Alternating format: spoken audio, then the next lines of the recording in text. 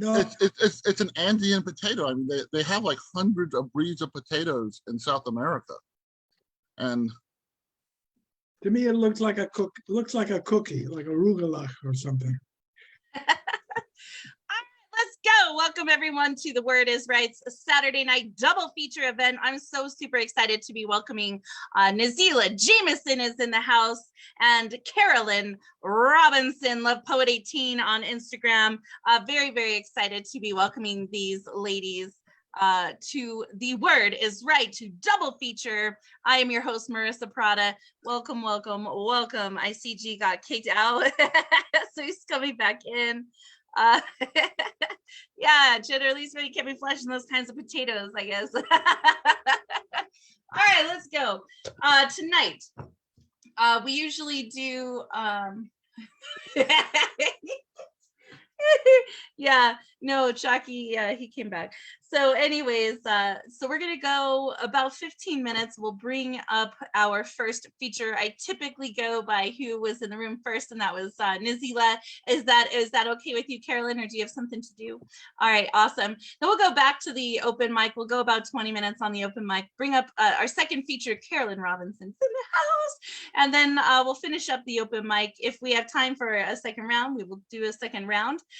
Folks usually tend to trickle in. No, Generalissimo came for all of you.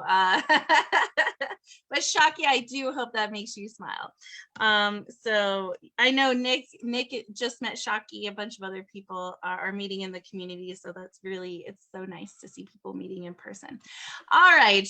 So just a quick reminder, if you have not had a chance yet to go to the website for the press, please do so.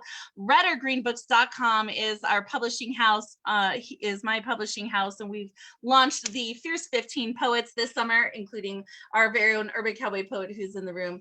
Generalissimo Brian Finko is one of the next 10 that we launched towards the end of last year. We have a raffle going on right now for the entire set of all 15 books. Raffle tickets are only $5, so it's very inexpensive. All of the proceeds from the raffle tickets are going to go fund the gun violence anthology that we're putting out later this year. It's titled American Graveyard. We had over 100 submissions for that book. So what we are going to do is kind of accordion that into 2 volumes, and we separated out the artwork, and we are going to be publishing an art book to accompany the anthology, and it will be full color. So it's very exciting, all of the things that are coming out of the press. If you've not had a chance to get your raffle ticket, we are going to be drawing the last day of the New York City Poetry Festival, which is September 11th, and you can go to the website redorgreenbooks.com. Red is R-E-A-D, redorgreenbooks.com. You can check out your ticket there. You can get 1 ticket for $5, 5 tickets for $20, or 30 tickets for $100.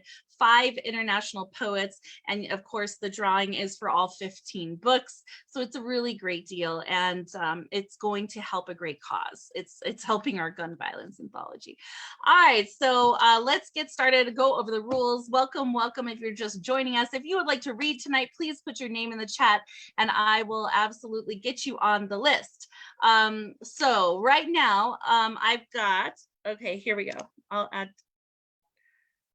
Okay, I've got Alexandra, Generalissimo, Stacy Dyson. I've got Daryl Perry, urban cowboy poet, and Shaki G.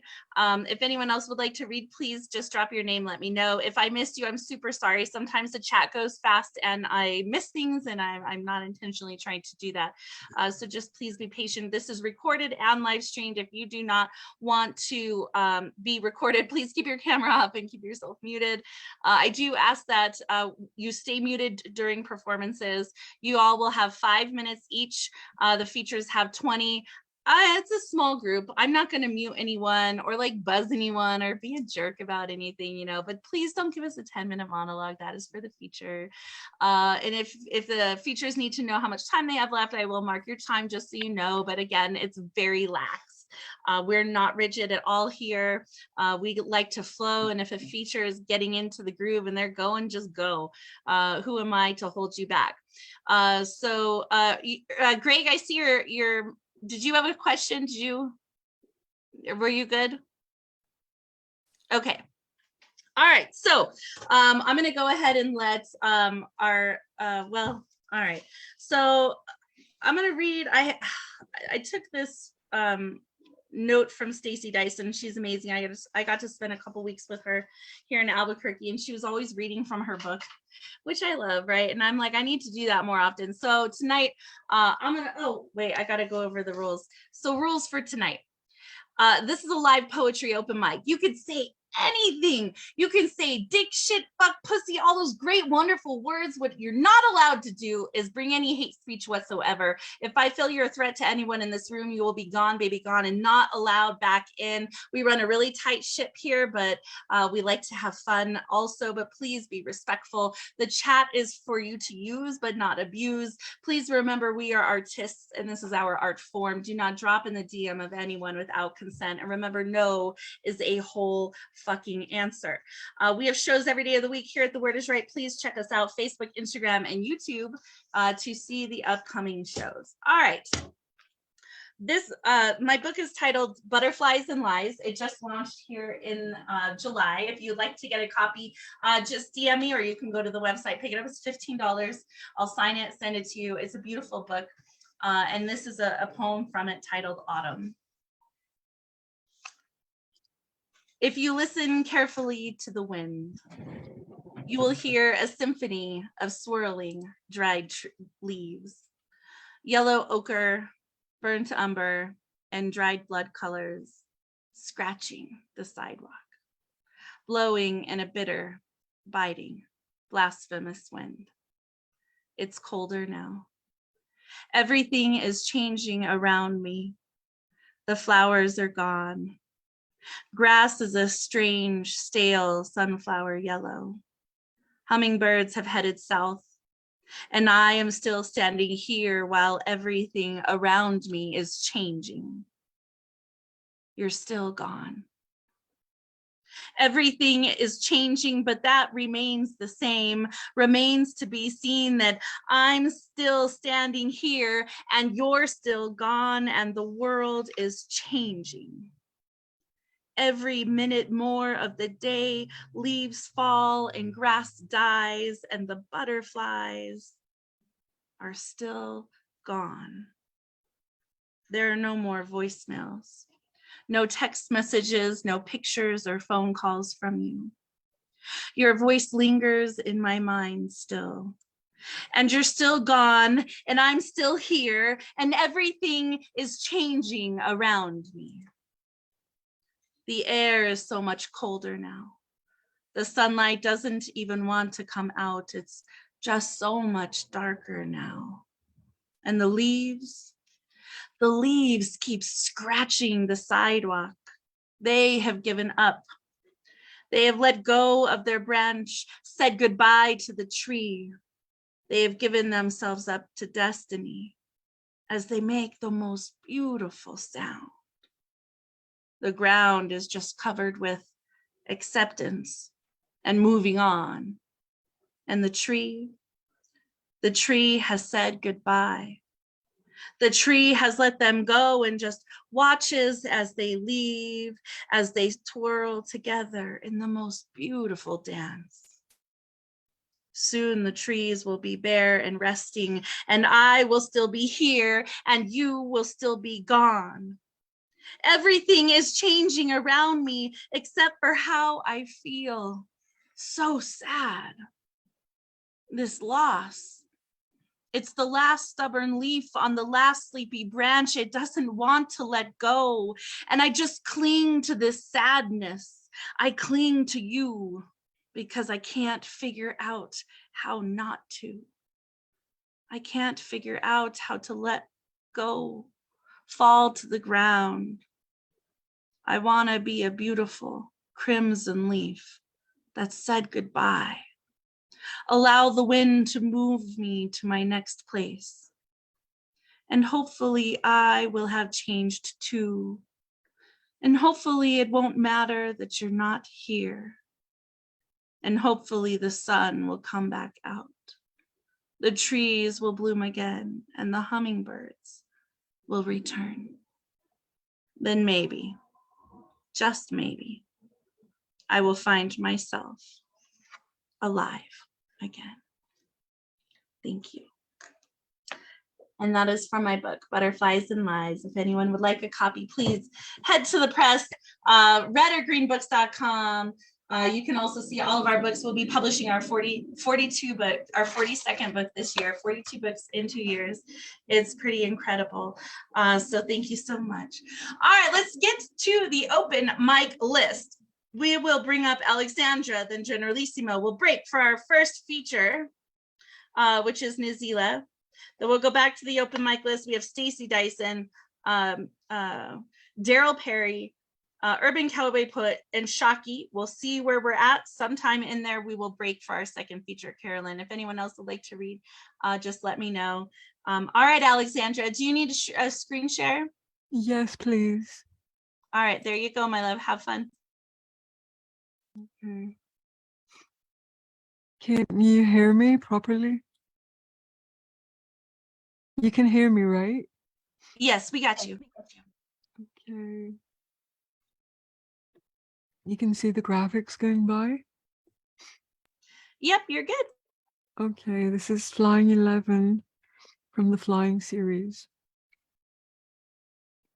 And all I have is Earth Sun warming my horizons. Sweet Psyche, tender wings, fluttering anxiously. For it is the flight that matters. Dragging my aging dreams.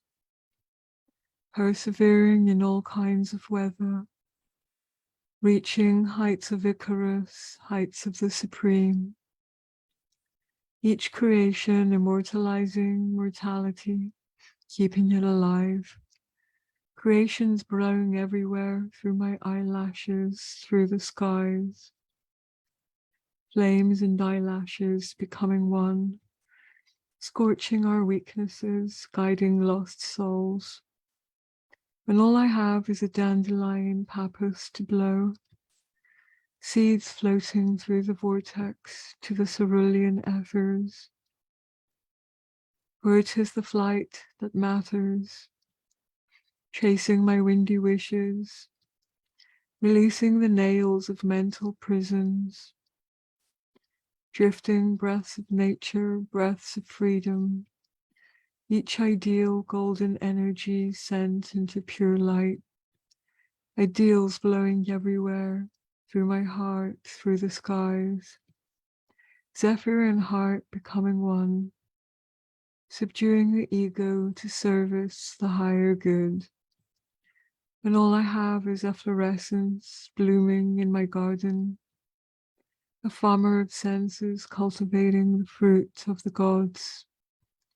For it is the flight that matters, picking my deciduous emotions, turquoise showers reviving withered hopes, chanting priestesses of protection, priestesses of safekeeping, each inspiration soothing upheaval, melodious salvation, inspirations blowing everywhere, through my mind, through the skies, incantations and minds becoming one, blessed with the power of flowing divine energy. When all I have is paper and pencil for some simple words, creating poetry between invisible gods and visible mortals. For it is the flight that matters, rekindling my courageous verse, grateful in defeat and victory, dressing ideas in armor, ideas in silk, each vision a sacred icon in my pilgrimage, visions blowing everywhere, through my spirit, through the skies, matter and spirit becoming one, empowering our lives with universal fire. When all we have is the ray of a new dawn in a dewdrop, light triumphing, heralding a new beginning. For it is only the flight that matters. Thank you. Let's go, you guys. Unmute your mics. Give it up for Alexandra, please. Yes, that No, was nice. Deborah. I love how you always pair beautiful artwork or music with your poetry. It's just so lovely. I just love it. Y'all should definitely get out of your comfort zone and try something like that if you've never done it. It's just always so lovely. Thank you so much, Alexandra. All right, we got Generalissimo Brian Franco up next. Okay, I was gonna do something else, but I'm gonna do these because I was putting together a submission that was for poems under 21 words. The first is called The Art of Agreeing to Not Disagree. I might agree with something I don't fully understand as long as I can understand what I'm agreeing with isn't disagreeable. The second poem is called Whistle Sniff. When drinking coffee on top of partaking in doctor-prescribed diuretics, one should try to be careful when choosing vegetables. Respiration. Maybe if I just let myself breathe instead of holding my breath for no reason at all, I could breathe easily. How many decibels is a dropping pen? The sound of validation is often a simple sigh, a human generated gentle breeze of satisfaction. A nice, quietish, self-induced pat on the back. Infutility is not a real word. I spend so much time waiting. The time I don't spend waiting seems futile. The pinnacle of knowledge. If I knew anything worth knowing, I would know what I knew was truly worth knowing. Why some people hoard latex gloves. Sometimes you have to fist yourself to pull the right words out of your butt to say what's on your mind. Excuse me for that one. Shopping list. Pineapple juice concentrate, white chocolate covered Dominoes, maple syrup marinated cigarettes, eyeglass lenses made from actual Coke bottle bottoms, and Velcro eyebrows. The end. Oh my God, Generalissimo. And you have another one, right? I'll do another one if you wish. Yeah. Okay, let's see what I have up here. There's a hummingbird ghost that lives inside my walls. The first time I saw a hummingbird, it was for less than a minute. Hummingbirds are creatures that are somewhat invisible. In my life, I have felt invisible because others have decided I should be. Yes, I've been told I'd be better off if I disappeared. Being ignored seems to be what makes me feel more invisible or less than anything else. I've even decided to disappear on my own, not like a magician, but as a wallflower blending into walls, just like hummingbirds. Hummingbirds are birds of purpose, pollinators like bees and butterflies, but unlike the others, they disappear while in flight until they stop at a nasturtium or another source of sustenance for just the amount of time it takes to stick their beak where the pollen exists. When they fly away so fast, all any other creature sees is the sound the hummingbirds make till they disappear, like the wallflower I became when I decided to disappear. Thank you. Oh, Generalissimo. You guys unmute your mics. Give it up for Generalissimo Brian Franco, please. Get his book, Everything I Think Is All in My Mind. G will be at the New York City Poetry Festival with the rest of us, and it's very, very exciting. I cannot wait to see all of your lovely faces. Yeah, I got all high tech. I went ahead and ordered these awesome scan like squares from GoDaddy. So I have like these really cool scanners for credit cards now at the booth. Like we're getting all techie, right? We're gonna be like legit for this event. It's very exciting. All the stuff that we're rolling out for New York City. Yeah, I don't know how I'm gonna cart all those books over there, but we'll figure it out. All right, very, very, very excited for Nazelah Jamison, my fellow Tesoro woman in the house. Tesoro ladies, if you're not familiar with us, we are a worldwide women's organization of spoken word artists and others, led by the fearless Stacey Dyson, who is in the house, and I put her on purpose after Nazelah because no one wants to go after Nazelah, and I might just, like make Stacey Dyson have to have a harder time. Not trying to, Stacey, but I know Naz shouldn't have to go after you. So we're gonna let her lead the way. So I'm gonna get her bio. You can find her on Instagram, supernaz, NAZ_your_superfriend. And her Venmo is Nazelah-Jamison, Jamison. And her Cash App is Nazelah, Nazelah. All right. Nazelah Jamison is a Bay Area-based performance poet, author, actor, vocalist, and MC. Her first book of poetry, Evolutionary Heart, was released on Nomadic Press in 2016. Her work can also be found in Culture Counts magazine, The Racket Journal, issue 15, and others. In her spare time, Nazelah enjoys writing horror screenplays and saving the day. She hosts the Nomadic Press virtual open mic every Friday on Zoom and gives the best hugs in the Bay Area. You can find Nazelah, myself, Stacey Dyson, and many more DeSoto women at firesingers.com. Unmute your mics. Give it up for the one and only Nazelah Jamison. Oh, poet. Woohoo!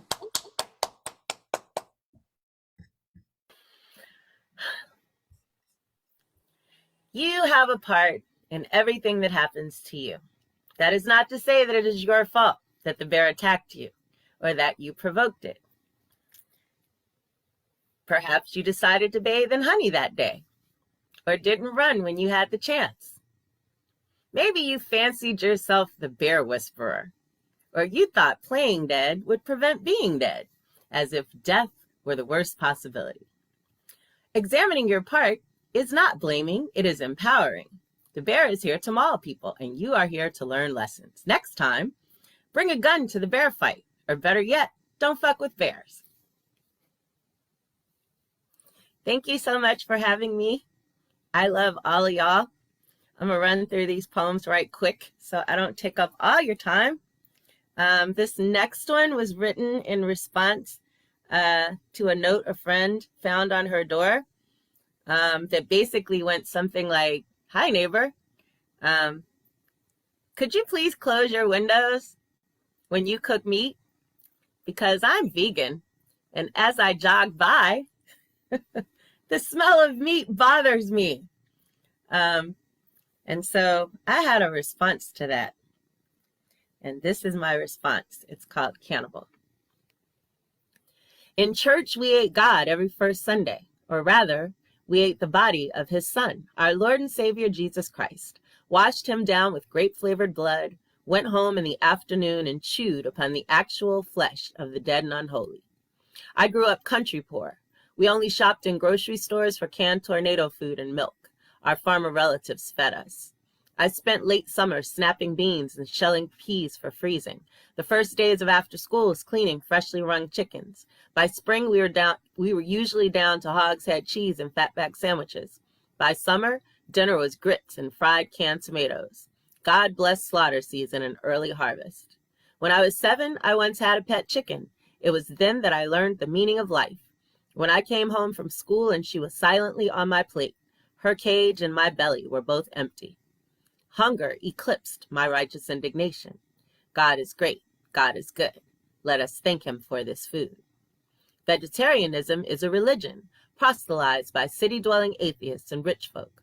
It is an elite Western ideology, attractive to those with no immediate fear of starvation, consumers of billboards and articles and philosophies, drinkers of smug self-righteousness to wash down the multivitamins when the rice cakes were not enough. Humans at their basest eat what is edible. Country Christians eat by the Bible. Jesus gave the people fish, invited us to eat his flesh, basically said, "Fill your belly with what I have availed to you." I am no longer Christian, but I eat what is available to me. My hunger eclipses your politics. Perhaps I'm wrong. Maybe my country grandmothers and aunties lived to their late 90s in spite of hog maws and pig knuckle sandwiches, and Mother Earth would prefer if we set domesticated food animals free to overpopulate and die from mass starvation. What I do know, though, is PETA protesters are made of meat. When this earth inevitably transitions, when crops dry up and blow away, when the last animals have gone to slaughter due to famine and waste, when there are no more chickens, there will be vegetarians. I will fill my belly with what is available to me. Hunger eclipses everything and transforms saints into saviors.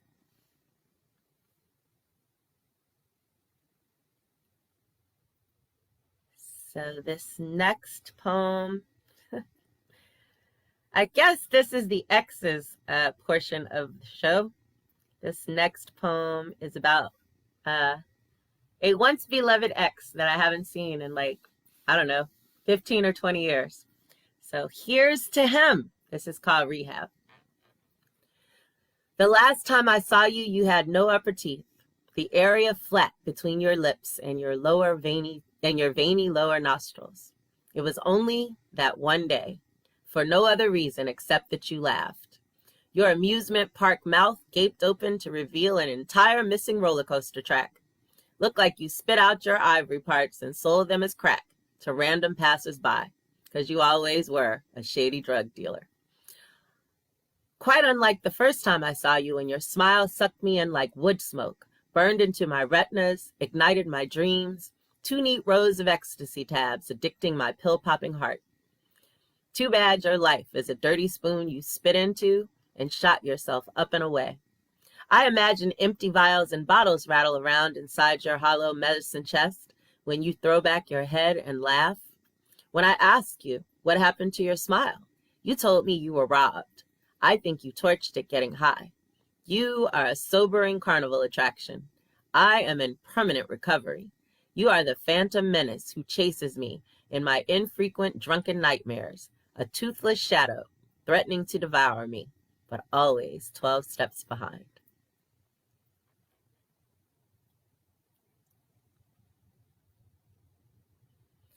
This is called Children's Hour. Very nice. Do not wait for the children, the boys with their grown man shoes and single dwellings, residing in the midst of tools and tantrums, bracing against the winds of change. They will always be right back and on the way, while you sit growing into a tree, sun weathering your back as you wither. Some are stunted growths, some regress from a fear of living long. All boys playing. And toys are eventually unimportant and replaceable, so do not wait. They are children, make no mistake. They always return. Hats or pride or balls in hand. You are home base, but never it. The favorite game is Ring Around the Rosie. You must master dodgeball. And when you get tagged out, do not sit on the bench and wait for the children. Take your skipping rope and run. Away from the playground, from the swings and dizzying sliding boards, from the boys who will wrestle you to the ground, then laughingly leave you there. They tell middle school jokes like, I love you, and I'm sorry, and I would never hurt you. Observe the mirth behind their eyes as they make believe sincerity. Note the slipping masks, the superhero capes constructed from your perceived needs and optimistic illusions, the oddly sturdy stick forts built upon constantly shifting box sand. They will cry out for warmth and nourishment as broken dolls and sentiments lay at their feet. Toughen your love and keep walking.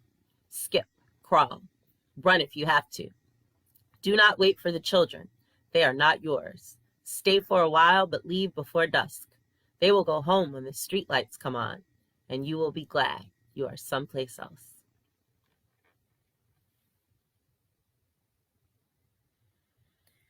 So, this one is called Alchemy.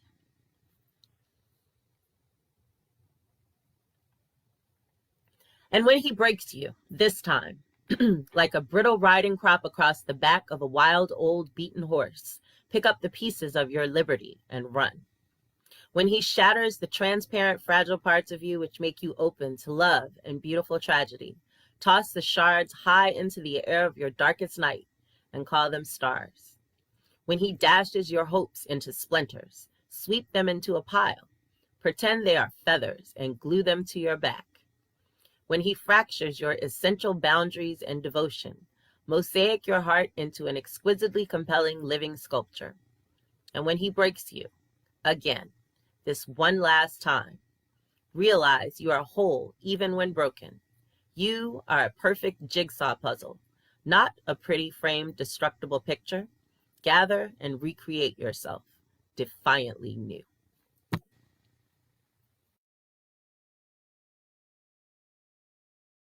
Poetry. Okay, so this is a brand new poem that I just finished yesterday during the open mic.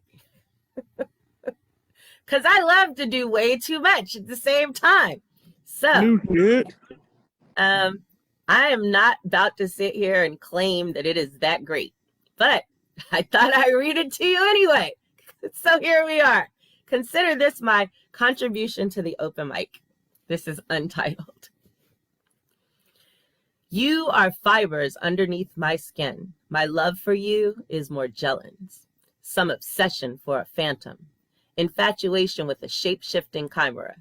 I feel both sad and crazy. Your life keeps running past me, jogging home on this treadmill. So bored and tired is my lonely heart of being filled with emptiness, of grieving the relationship that never was. I have attempted everything short of self-harm. Therapy, self-help books, meditation. I have denied, accepted, ignored. You are an unwanted squatter in my brain, a chronic imaginary illness, an earworm my sadistic internal DJ plays on concert speakers in my head when I am alone. I watch a lot of movies and listen to Spotify.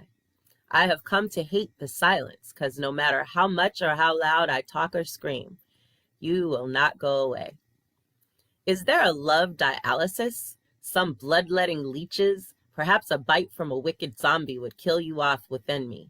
Everyone knows what you are supposed to do with someone you love.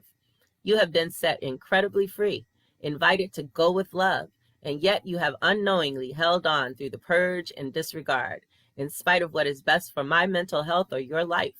You remain, O beloved soul parasite, holding me hostage from the inside. Okay, so this probably isn't a poem, but here we are. Ooh, can I find it? So this is called, where is it? This is called True Story, Mostly Men's Guide to Internet Dating. 1. Don't post photos of your dog, your small children, your boat, or car that don't include you, unless these are all things you'd like me to date instead of you. Do post photos of you smiling, fully clothed, not posing with women you're clearly dating, not wearing a onesie covered with penises, not holding a beer, a cleaver, or a 20-pound fish, not sitting on the toilet with your cat in your lap. 2. If we turn out to be a match, please start a conversation if you swipe on me first. The following are not conversation starters. Hi, you're pretty. That's all. Hey, you're a poet, right? Here's a bunch of my mediocre poetry you didn't ask for. I like your pics. When can we meet? I'll tell my girlfriend about you. Maybe we could all hook up. Have you ever been with a blank man? Well, you're in for a treat. My last girlfriend was fat. Do you eat meat? Please avoid specific references to having repeatedly seen me before, because that's creepy. I don't want to internet date someone who watched me from a short distance on a regular basis over a period of time and never once attempted to talk to me in person. 3. When we finally get off chat and on phones, don't send me a dozen more pictures of yourself or a series of motivational memes with no context. Don't ask to meet 5 minutes into the first phone call or before we've had a phone conversation at all. Treat me like a person, not a moderately decent, reasonably priced vehicle you're trying to buy off Craigslist. Don't go into a 2-hour rant about how the entertainment business is a big satanic cult full of child murderers, pedophiles, and sex traffickers attempting to possess you with demons through the use of satanic symbols in music and television. But I have to do my own research. And also, Freemasons is a satanic cult too. Especially, don't go bashing shit until you get to know a person a little and what they're connected to. Like, for example, my dear departed daddy was a Mason, or how I am, in fact, in the entertainment business. In other words, don't get yourself hung up on and blocked. 4, if you are me, having had all these experiences, do delete your dating profile, go buy a cat, and continue being happy by yourself. All right, so I have a few more poems. Thank y'all so much for having me. I have a list. So this poem is called Karen. She sits trapped in a box of her own design, high off the fumes of fear and entitlement. She is old and Caucasian, carrying heavy bags on her back of childhood trauma and patriarchy. A pandemic paranoia has made us neighboring countries instead of landlady-tenant friends. I keep my indoor life solely contained in my room, listen to our dinosaur stomps through the house, avoid confrontations as I slip in and out of our domicile. She will retreat to her cave soon enough for slumber. I will then wander down the hall. Her language is passive aggression. She is deaf, with electronic assistance. I refuse to comprehend her. She would like me to exchange my concerns for racial justice and equality for attention to climate change and politics. I have told her my life is more than just a social issue to be debated over dinner. We agree that we disagree and have ceased all conversation beyond garbage day and utilities. Everyone outside her choir is an asshole. I purposely sing to her off-key. We are not a heartwarming, feel-good film in which the protagonists negotiate their differences, learn to love each other, and live happily ever after. At the end of the day, she is a liberal but racist old white lady, resistant to an alternate perspective or correct pronunciation of my name. And I am an ever-defiant, very black girl, unwilling to play the role designed for me or absolve her sins.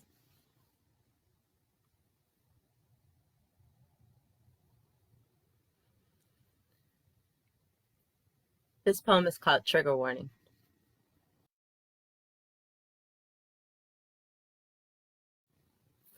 There are no warnings when they pull the trigger and bullets fly into backs and hearts, through walls and doors, through car windows and compliances, through sons and daughters and chocolate-covered love.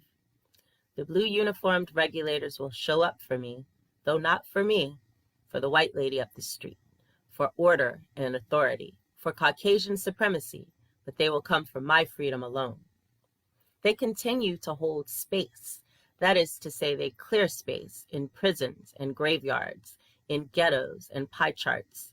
Space is held in the back of paddy wagons, at the ends of fists, underneath a knee, for me.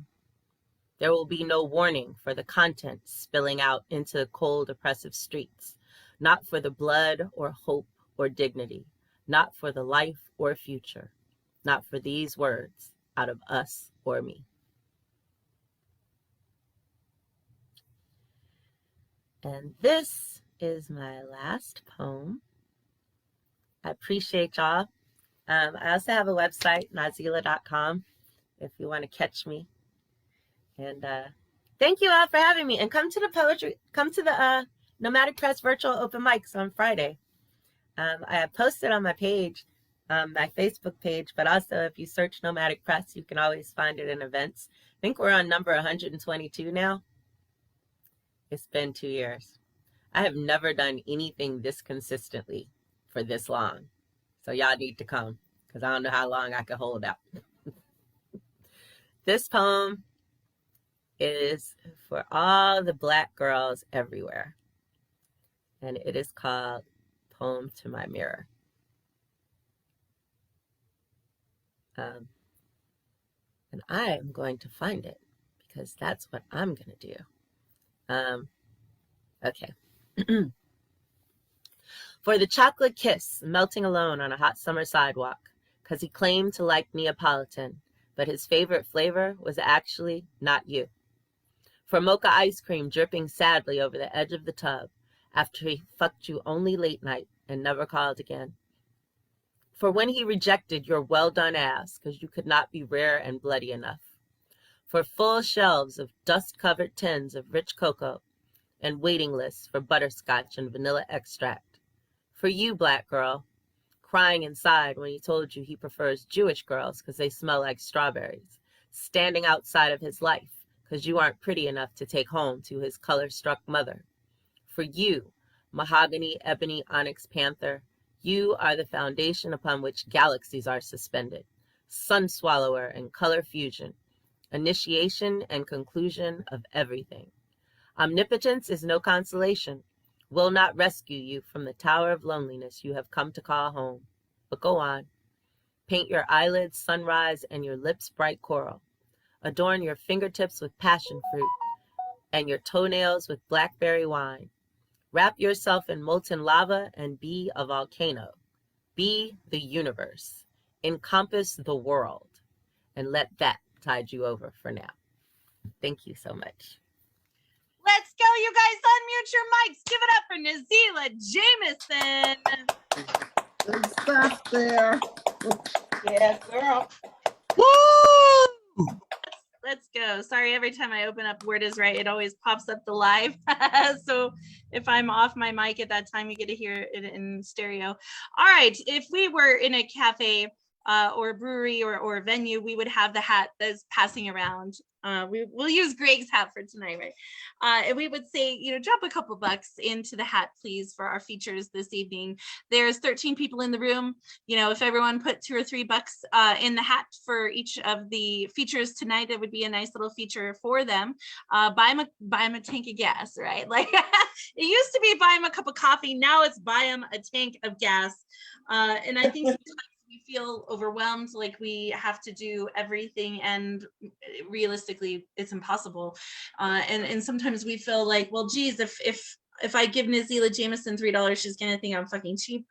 Well, you're fucking wrong. If everyone who said that actually gave Nazelah Jamison $3 or $4, then it would make a huge difference. So don't think that it's cheap. Please just don't do nothing.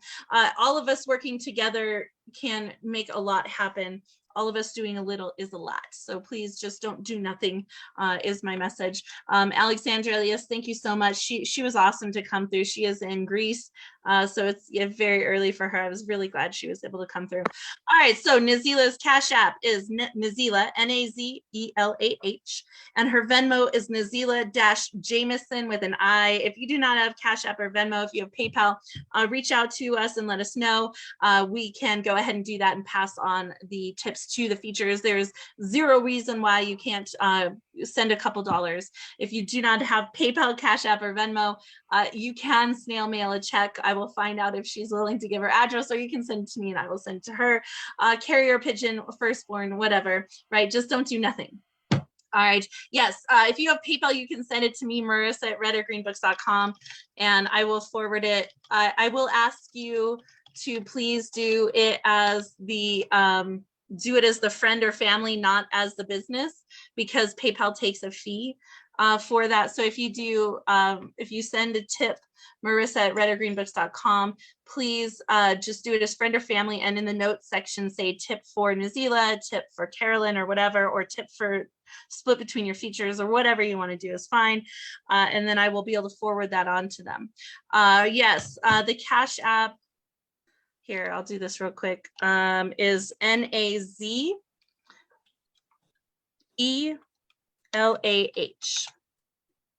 That is her Cash App. Okay, hang on one sec.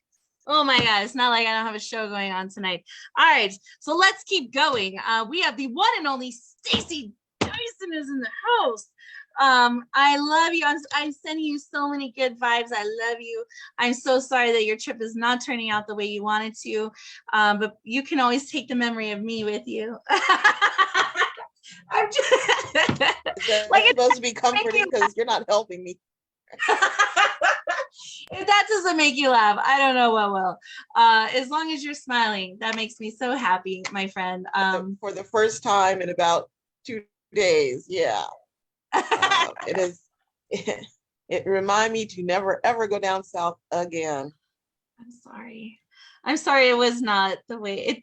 Yeah, you should just come here. The people were. Let me emphasize, the people were lovely. Everybody was so sweet to me. The actual circumstances of the trip, from jacked up travel arrangements to the non-luxurious luxury hotel that I'm in right now, due to the airline, it's just been more fun than anybody should have legally, really. So Yeah, I'm so sorry. And then to like make it worse, you had your flight delayed by 2 days. So it was like impossible for you to be able to get home in any sort of expedited amount of time. I wish they would have had you like divert to Albuquerque, because then you could have just stayed here for a couple more days. And then at this point, they could divert me to the outside of the bus station and I'd be fine. I'm done. Oh, all right. Well, I'm glad at least you're home now, right?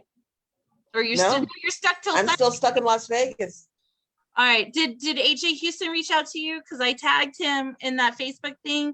All right. Well, I'll reach out to him. He's really more of an IG poet, because he runs a whole spoken word thing, and there's gotta be something today and tomorrow in Vegas to go to. So maybe they can help. I don't need to go anywhere. First of all, because they didn't release my luggage. So yeah, it just gets more and more fun. I'm sorry, but shit. All right, well, all right, now I really have to DoorDash you something. All right. Anyways, we'll stop bullshitting, because I really want to hear Stacey Dyson read. She's amazing. She is the fearless leader of the Tesoro Women, firesingers.com. Then we'll go Daryl, you'll go after Stacey, and then we'll bring up our second feature tonight, Carolyn Robinson. If you have not heard Carolyn and you have not been exposed to Carolyn, you need to stay. Like, do not go anywhere. You must stay and hear Carolyn's feature. All right, Stacey, the floor is yours. I walked into a meeting a few days ago, hung back. Introverts do not walk up and mingle. Walked into the meeting room, smiled, and began the torture of introductions. The brown and black folks repeated my name, smiled, gave their names, hugged, nice to meet you, me encanta corazon. All was mellow. One of the white women stepped to me, hold on. I know you think you know what's coming, but I wasn't even ready for this. She stepped to me, extended her hand, gave her name. I gave it back, said mine, smiled, said it clear, did not stutter, stammer, or whisper. She smiled again and called me Susan. I repeated my name, smiled again, and got again Susan. When I politely, gently, firmly corrected her, I did not stutter. I did not stammer. I did not simper, whisper, or shy away. Her response was something I had heard of, but never had happened to me. What she said was, well, I can rename you. That's okay. And it wasn't a question. I had to sit and breathe for a minute. I had to sit down, breathe deep, and think for a minute. I had to sit down, breathe deep, think for a minute, and not follow my first inclination, which was to leap onto the conference table, take off my earrings, and see did my girlfriend have some Vaseline I could borrow. Truly, I didn't know whether to be more hurt, angry, or insulted. Because here's the thing. I have spent all of my life keeping level, or at least trying. I have spent all of my life advocating for knowing which battles to fight, baptizing myself in the blood of reason, and urging others by example to do the same. Only to be betrayed by all that time, all that calm, all that be reasonable, when some white woman looked me dead in my face and told me, I can rename you. And no, she did not say it like a joke. She did not apologize and make the correction. She did not excuse her offense, bad manners, abject ignorance. She said it as a fait accompli. She said it as if she owned the right not to be inconvenienced. She said it as if she owned the right to dishonor the intention of my parents, who did not stutter, stammer, or misspeak when they gave me my name. And yes, it was a big deal. And yes, I still feel it. Feel the sting of her privilege landing on who I am. I felt the condescension. I felt the dishonor to my ancestors, slaves whose true names were changed to be made easier to bid or forbid, dehumanize, claim as property, easier to break down. I remembered the stories of Native elders sent to reservation schools, given other names to standardize, demoralize, erase history, train memory of life beginning from when they said, bring them to a God that wanted them humble and subservient. I saw the indescribable pain in my friend Pablo's eyes, heard his voice shake, talking about being tied up and left in a closet for hours, slapped, starved, shamed for being brown children who would not answer to their Anglo names in class, who called to each other in Spanish on the playground. They were told they would not fit in, were too stupid to learn, needed to be normal, had to erase heritage to be given the right to exist. Family lineage, pride, honor of ancestors, part of who we are, how we came to be, dismissed, thrown away, ignored, beaten out of people to make them humble or less dangerous. So yes, it was a very damn big deal that this white woman said, I can rename you, and walked away laughing. I bet she didn't think about it for a second. Let it cross her arrogant, privileged mind, slow her roll for a heartbeat. My standard threat to folks who get on my nerves, cause me pain, make me ache with wanting to hurt you is keep it up. I'll write a poem about you. So here's your poem. I can't call your name because I don't remember it. How's that for irony? When you hear this, I want you offended. I want you embarrassed. So yes, please be sick at heart. I don't care if you didn't mean it. I don't care if you thought it was funny. I just don't care. Don't even think about coming to me, cheek and eyes, tear stained. Keep your fragility to yourself. I am out of forgiveness for that particular sin. Wars have been fought over the right, the necessity, the honor of wearing the names our parents gave us. They did not stutter, stammer, or misspeak. You had no right. So take your privilege and your fragile feelings and your Susan, fold them up real tight, then shove them hard, deep and pointed somewhere I can't be bothered to see your ignorance run in your mouth.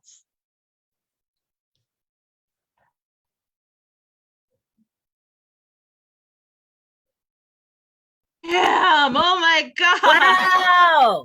Go. Oh Stacey. my God. Yeah. What? What? I was over here hollering the whole time. Good Lord. Way to annihilate like the whole entire internet. Okay, then. Oh I my see. God. Kasota women don't mess around. I'm just saying. That's right. Go to firesingers.com if you want to see all of us, you want to see more of us. If you want to book features, we have fundraiser things going on right now. We'll be touring. Let's go. It's gonna be hell on wheels. And I will be featuring at the San Jose Poetry Slam Zoom edition tomorrow at 6 p.m. Pacific Standard Time. So y'all need to click in and watch me work. I'm so excited, and I really like Scorpiana. She's awesome, and the venue is just lovely. So it's a great venue. I'll definitely see if I can get there tomorrow. I'm crafting more earrings for New York City, so I don't know. We'll see. But yeah, let's go. Maybe we can get Nabisco to sponsor us. Get us all them Cheez-Its. You know what? Don't talk to me. We'll get no. I'll write Nabisco. We'll see what they can do for us. All right. Next up, we have Daryl Perry, who's in the house. Daryl, I've not seen you here. I don't know. Have you ever been to Word is Right before? I don't think this one specifically. I've been to other Word is Right events, but not this one. Well, I'm so glad that you're here at the Saturday night double feature event. It is so much fun. We have shows every day of the week here, but definitely the Saturday nights are a lot of fun. I just got done uploading a bunch of videos to YouTube. So if you want to go back, for example, maybe watch Stacey Dyson's feature, Shockey Grant's feature, Urban Cowboy Poets feature, they're up on the YouTube channel. So yeah, you can catch all these folks in their element. All right, Daryl, you are up, and then we'll bring up our second feature tonight, Miss Carolyn Robinson, and then we have Urban Cowboy Poet and Shockey Grant. If anyone else wants to read, just let me know. All right, I'm going to start with one I haven't read in a while. This is a pandemic-ish poem. It's called Giggle Tears. Perhaps I should explain to you that I do not shed tears of joy. Happy tears have never made sense to me, but then other people's emotional responses never have. Maybe they aren't supposed to. Perhaps I have to explain to you that when I encounter a wild moment of uninhibited joy so enormous that it proves uncontainable, my natural reflexive response has always been to giggle. This reaction can be awkward because it is atypical, unexpected, and even though it seems more logical than tears, it's often misunderstood.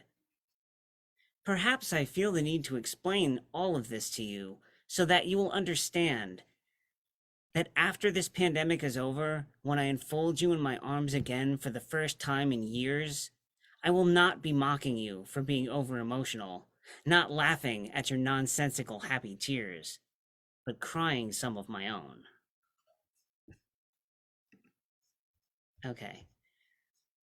I'm gonna do one from my book, and I'm just so sick of all the poems from my book because I've been reading them for years. But I'm gonna read How Did Nora Do Today? Often I reflect on how we skim thousands of lives during our time in this world, touching without knowing. A change of account information, request of an invoice, we exchange pleasantries, laugh, and joke. Then, afterwards, a survey asks me, how did Nora do today? I can't answer that. I didn't even know her name before this email arrived. There is no way that I'm qualified to comment on her state of being, her state of doing. How can I even be sure it was Nora that I spoke to? I fill out the survey anyway, give her rave reviews. It probably benefits her in some way in the corporate scheme of rewards and punishments that regards its employees as another pack of Pavlov's dogs. Later, at the end of the day, I wonder, how did Nora do today? Can she really make ends meet on that customer service paycheck? Is her daughter failing algebra? Does her dog need surgery? Is she struggling to keep a marriage alive, or worse, hiding bruises? Does she laugh and joke and help people like me every day as if nothing's wrong while secretly relying on pills just to get through the day?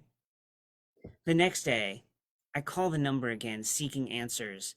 A different voice materializes on the other end of the line. It seems like telephones never connect you with the same stranger twice. How are you doing today, I ask. I need to know for when I fill out the survey later. Thank you. Let's go. Daryl Perry, everyone. Unmute your mics. Give it up for him, please. Oh, I love it. Let's go. All right, so this next, our second feature this evening is a really just an incredibly special person. I feel honored and blessed to have met her. I know, Carolyn, I know. I know. So like Instagram is one of those things that I did for Word is Right to branch out of our comfort zone, and something I did for myself to get out of bed every day because I was horribly depressed, and I really needed something to fight for. And so I came on Instagram, and it's a whole nother world of poets there. And believe it or not, probably I would say 5 or 6 of the Fierce 15 of the books that we published this year are poets I met in the last, I would say, year and a half on Instagram. And I'm very excited to have met Carolyn. And I'm so glad you're not at work, right? So like, I know. I'm feel like- home, I'm relaxed. So She much better. blew me away. She absolutely blew me away. She continues to blow me away, and I'm like, we need to have you come to Word is Right and just share your stuff. So thank you for coming. All right, Can so anybody hear me? yes, hi Mona. Oh, hi. Oh, okay, because I keep sending messages, but I'm not getting no responses Are you sending them in the DM? in the chat. Oh, in the chat? Are you sending it just to the group? Oh, there, I see. Okay, sorry, the chat was going so fast that it kind of got skipped up. Whose attention are you trying to get, Mona? Well, probably yours. I was asking, you said that, I was asking, can anyone speak? And what else did it was just that, can anyone speak? And I posted it to everybody, but nobody responded. So I'm sorry, the chat goes so fast once everyone starts to add stuff. It just, and then I had my hand raised and it's still no response. oh, I see the digital hand. Yeah, it's hard. The digital hands are hard because people will clap a lot. They'll do like the clapping digital hand. And so it kind of, yeah, for me, I'm sorry, it's totally my fault. I don't look at that as much. But yes, you can read. I can add you to the list. You're welcome to read or perform or anything you would like. Would you like me to do that for you?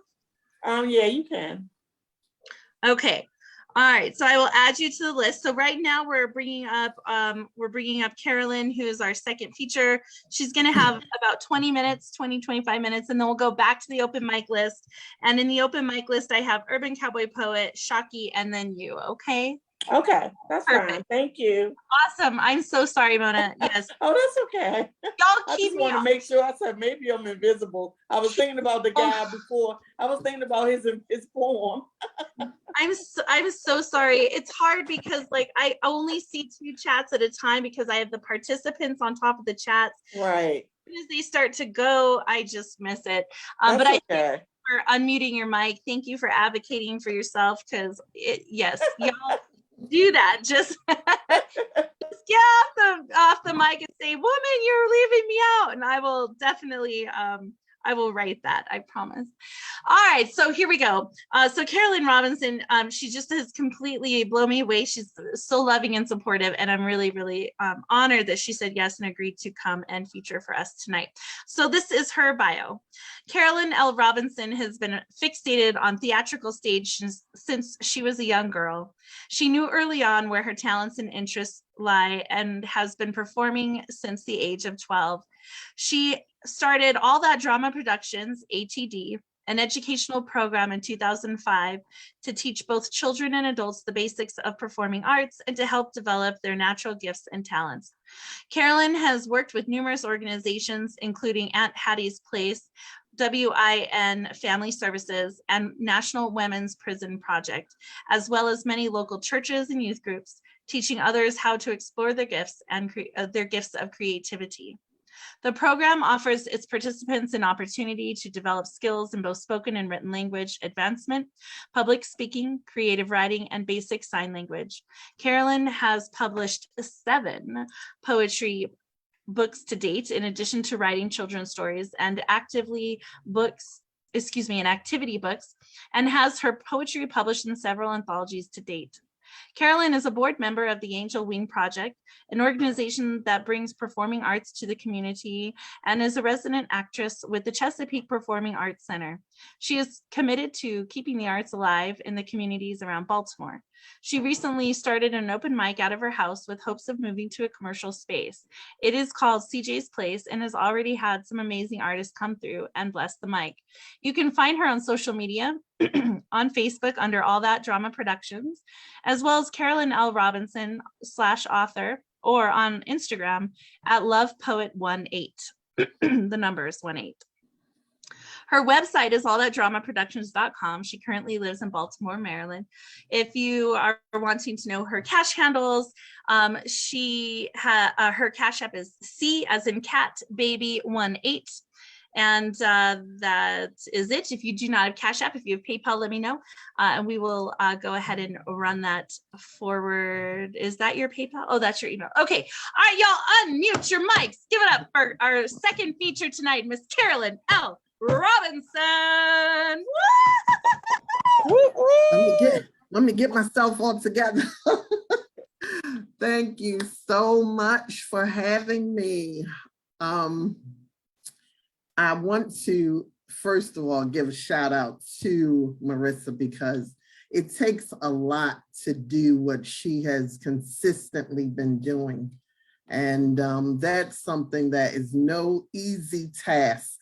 And now that I've been trying to do my own open mics live and in person, it's no way. It's no way I could do it virtually for as much as you're on doing it. So I'm telling you, you way up there for me, girl. You are way up there for me. So I appreciate you inviting me to be a feature tonight. And I'm gonna kind of keep it going just like Nazelah. I'm just gonna run through and hit it and quit it, and give anybody else that's coming up time to do it. So I'm just gonna do like a couple of sentences about the pieces that I brought tonight. And this first piece is actually something I've been trying to do since the pandemic, how to frame a specific moment in time, like working on being present and in the moment, and those things that kind of catch me emotionally or visually. It's trying to write the right words that will capture that moment for me way down the line. When I just go back and read it, I'm right there again. So this is just a little quick one. It's called Bird Song.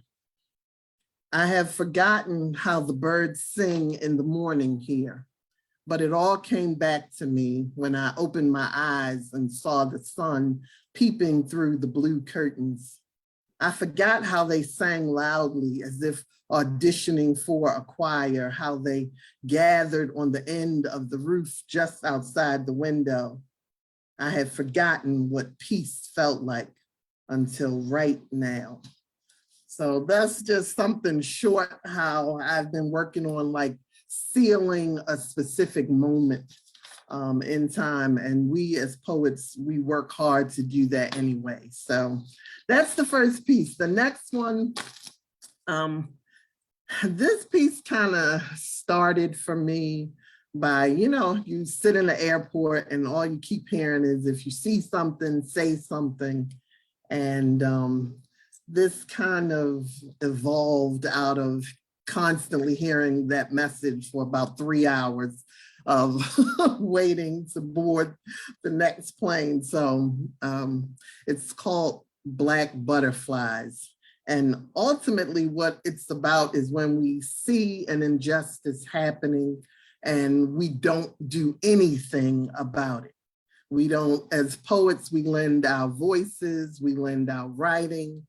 As painters, we lend artwork. So whatever area that we're gifted in, we try to, I guess, speak to some of those things through our art. And this is just one of the things that I wrote. Black butterflies. There are cocoons lodged in my throat. They are waiting for the words they hold to become bright, beautiful black butterflies. They beckon the cosmos to hear them. All of creation is waiting for this evolution to come. Every day, the news reveals how evil the world is, how dark we as a society have become, and yet the words stay stifled inside their safety net, afraid to break through, to become a whirlwind of definitions. I swallow these emotions, I make my tongue a grassy knoll to help hide the cocoons. I pack them away and they grow bigger day by day. They are ready to set sail.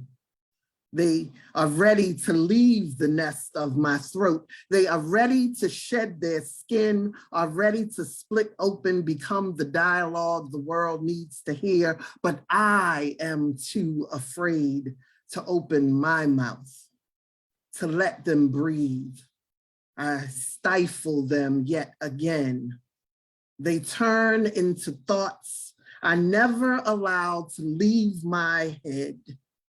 I cage them like wild tigers, suppress their natural transformation, too afraid of what they will become if the world ever gets a hold of them, too anxious to climb out of the sheath they stay protected behind, too sure that they will not be allowed to flutter and fly, to explore the space their wings will take them to. I am afraid that the world will chop them up, throw them out, pin back their featherweight appendages, pluck out their eyes, and force them to the ground. Because isn't that what always happens? Isn't that exactly what the world does to anything that is Black and beautiful? Poem. So that's that piece.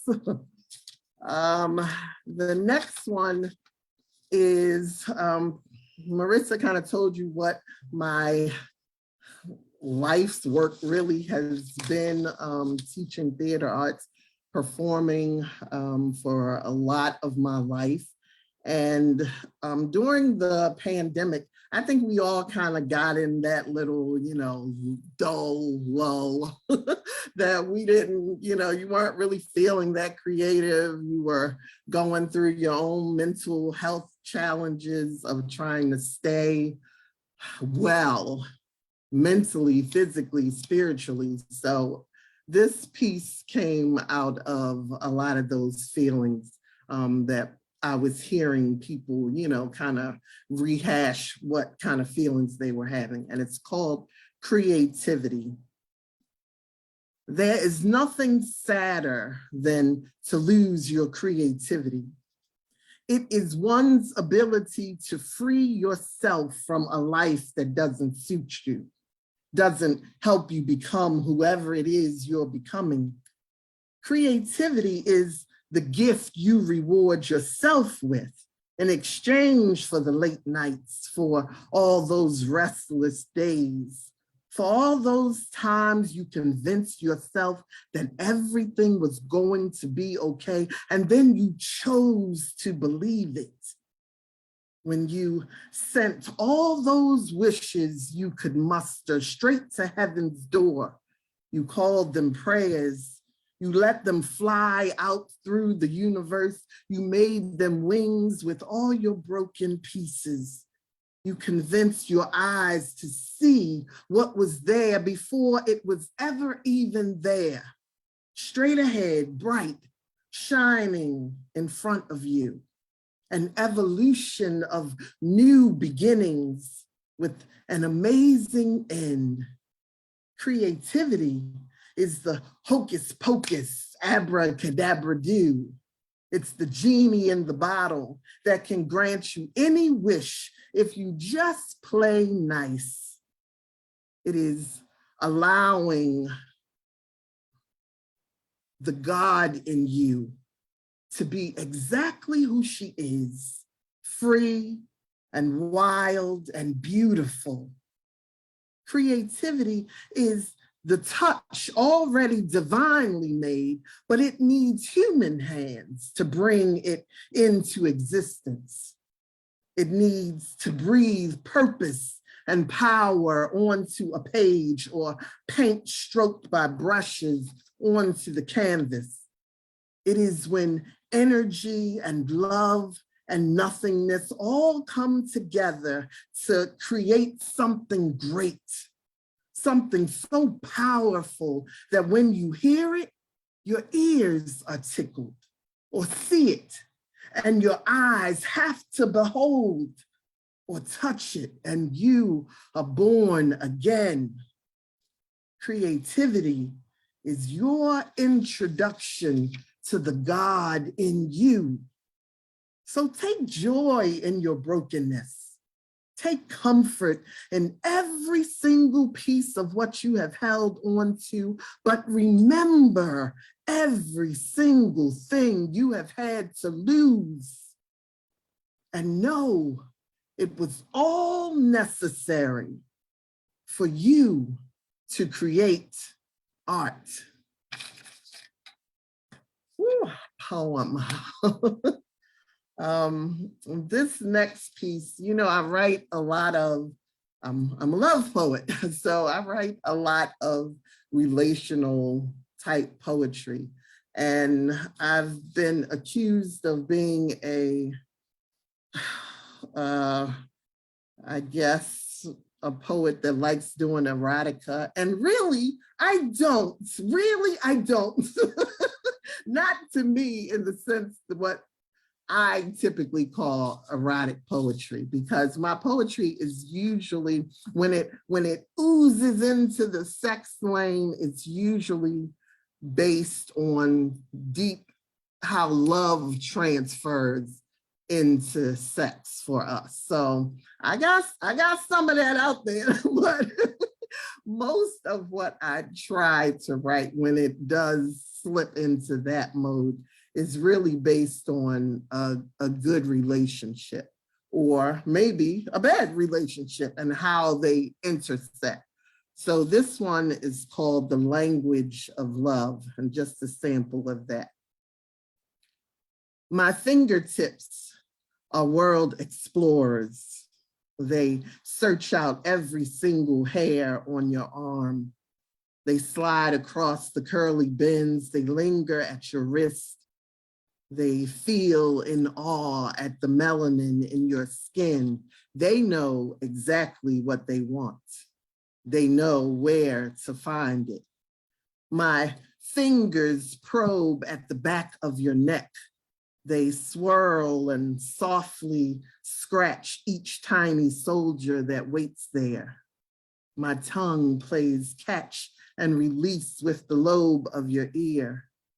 Your hands become time travelers, exploring territory like the seasoned fellows that they are, unafraid of trampling through the low brush or standing firm in raging waters. Our hearts beat a tribal rhythm. We offer each other a sacred dance, a chance we each have never fully been allowed. My lips hold a well of words to grace you, to shower you like rain in spring, and you reciprocate. We praise God's amazing divine creativity, the way he designed us to fit together. Tenderly, we kiss, research in depth each other's anatomy, blessing the peaks and the valleys that we find. We uncover the mystery between a man and a woman.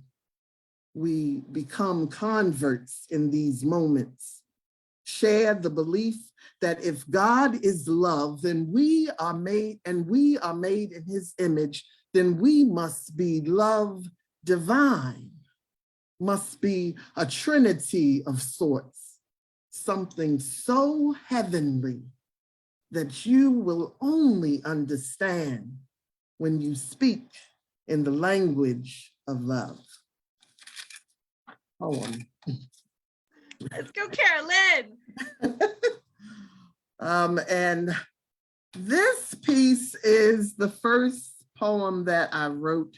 I never really took walks around my neighborhood. That may sound strange to some people, but during the pandemic, I actually walked around my neighborhood. I usually just jump in the car and go, and I'm off.